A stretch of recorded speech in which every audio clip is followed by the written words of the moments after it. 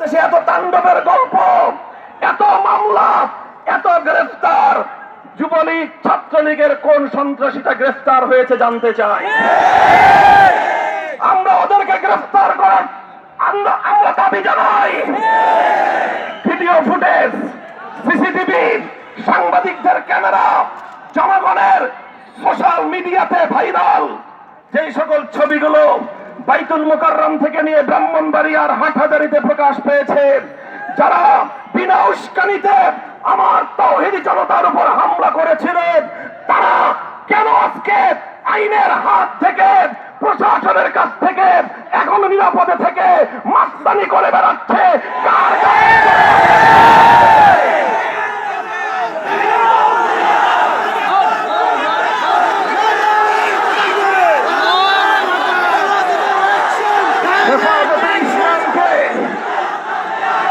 হেফাজতে ইসলামকে কলঙ্কিত করবার জন্য, হেফাজতে ইসলামকে জনগণের সামনে হেয় প্রতিপন্ন করবার জন্য নতুন নতুন নাটক সাজান। মাদ্রাসাগুলোতে সংরক্ষিত কোরবানির ছুরিগুলো কোন কাজে লাগে জানেন না? এগুলো দিয়ে কি করা হয় আপনারা টের পান না? আপনারা কোরবানির চামড়া নিয়ে যা তামাশা শুরু করেছেন, আগামী দিনে কওমি মাদ্রাসার ছাত্ররা রাষ্ট্রকে বিনামূল্যে কোরবানির দিন যে সার্ভিস দেয় সেটা হয়তো বন্ধ করে দিতে হবে। তখন হয়তো আমরা কোরবানির ছুরিগুলো সংরক্ষণ করব না। এই ছুরিগুলো দেশের কল্যাণে নিয়োজিত, এই ছুরিগুলো দেশের ধর্মপ্রাণ মুসলমানদের কোরবানির দায়িত্বে নিয়োজিত। বারবার এই ছুরি নিয়ে আপনারা নাটক করেন। এই নাটক তো অনেক পুরাতন হয়ে গেছে। এরপরে আবার নাটক মঞ্চস্থ করা হয়েছে। কারা করল জানতে চাই, মুখ সমর্থন করতে হবে। মিডিয়া কর্মীদেরকে একটা কথা বলবো, মিডিয়া অনেক শক্তিশালী আমরা মানি। মিডিয়া আজকে বাংলাদেশ নয় সারা পৃথিবীকে নিয়ন্ত্রণ করে সেটাও জানি।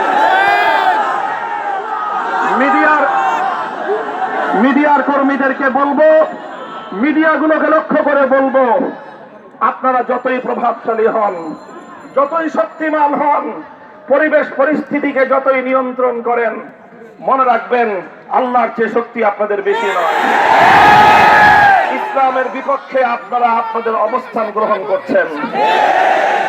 আপনারা ব্রাহ্মণবাড়িয়ায় সরকার দলীয় সন্ত্রাসী এমপির বিরুদ্ধে রিপোর্ট করতে পারেন না। শতবর্ষী বাংলাদেশের অহংকার জামিয়া ইউনুসিয়ায় যারা হামলা করলো ওদের ব্যাপারে রিপোর্ট করতে পারেন না। যারা আমার মায়ের বুক খালি করলো, আমার ভাইদেরকে হত্যা করলো, তাদের মুখ উন্মোচন করতে পারেন না। আপনারা পারেন হেফাজতে ইসলামের কল্পিত তাণ্ডবের কাহিনী রচনা করতে।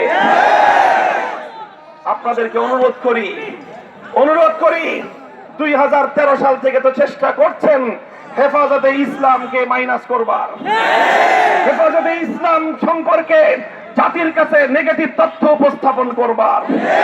কি হয়েছে?